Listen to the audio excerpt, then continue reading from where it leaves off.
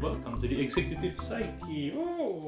If you are currently feeling down or depressed, and I'm not talking about actual MDD, I'm just talking about depressed state that is very similar, but it is caused by external stimuli, by your lifestyle, by your current choices, by something that has happened to you. If there was one thing that I would say helped me more than anything else to break through this cycle, it would be this one. Welcome to Executive Psyche.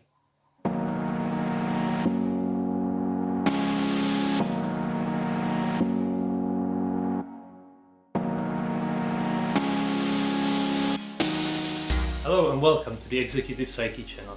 If you are new here, my name is Peter Novak and I'm a life and mindset transformational coach.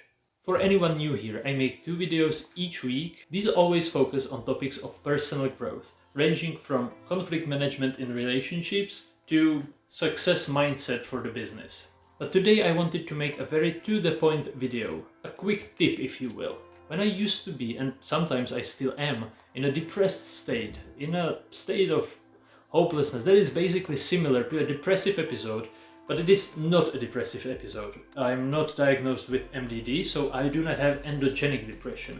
But depression can be caused by a lot of other factors. It doesn't have to be diagnosed as a mood disorder per se, and you can still feel a very similar effect.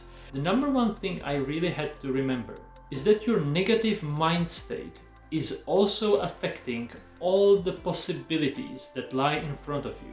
In a depressed state, you don't really only feel negative about your current situation. All the potentiality of anything you can do is tainted and viewed through this negative lens.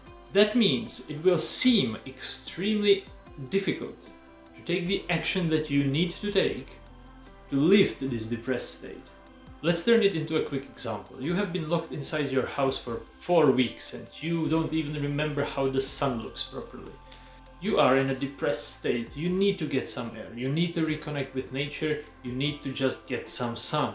But in this depressed state, the idea to just go out and get some sun will sound like a really bad idea.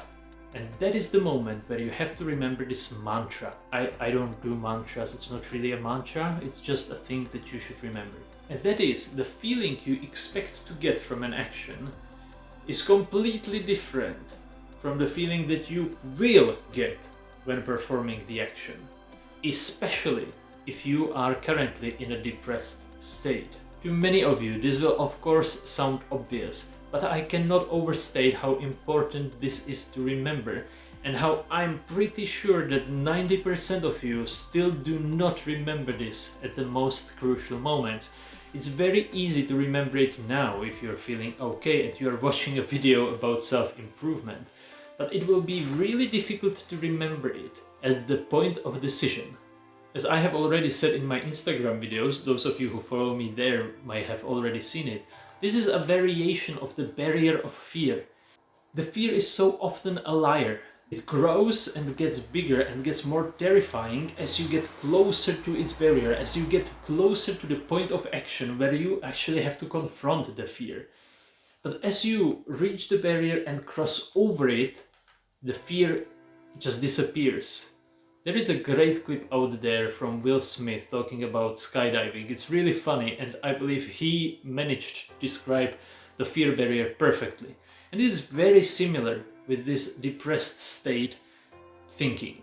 Once you are actually doing the activity, I'm not saying that everything will become great. It also depends on the activity. For example, what you are forcing yourself to do is exercise and you have not exercised in a year. Yes, you will struggle, you will have problems, you will get sore. It's not going to be a walk in the park. But a walk in the park, for when you have been locked in your house for such a long time, that is going to very closely resemble the ideal example. Once you step out of the door in a couple of minutes in the sun, feeling the air, your negative thoughts may just disappear completely like by magic. But you're not going to feel that when you are deciding what to do. You need to test it, you need to stop guessing. People even do this in business so often, like, oh no, this is not going to appeal to anyone. Oh no, I first need to invest $1 million before I even take this to a market. Like, why not test it? Ever heard of rapid prototyping? Try to rapidly prototype the ideas that you get during your depressed stage.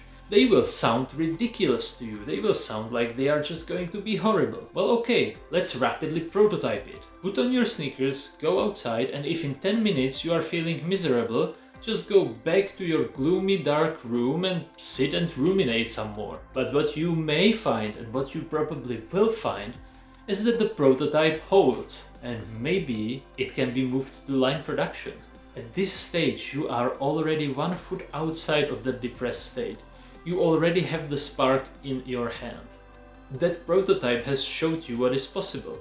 Let's move it into the production stage, the habitual stage. If you are journaling, ideally make a big fat note of this. Whenever you are in a depressed state, you remember that you have this prototype that worked the last time. And before ruminating for hours and staying in the depressed state, or even digging deeper, which often happens, you can try to use that prototype. Or ideally, move it to full production. Do it every day. And after a month or two, consider adding some customized options.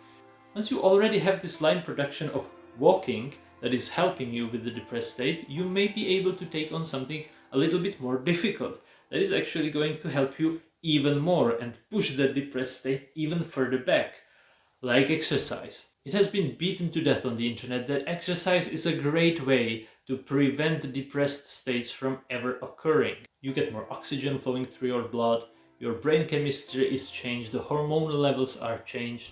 You will just feel much better in general. You will have a more positive outlook on life, and it is also healthy for you, which not only will make you feel better physically, but it will also make you feel mentally, because you know that you are getting healthier, and it's an important thing to remember and to know about yourself.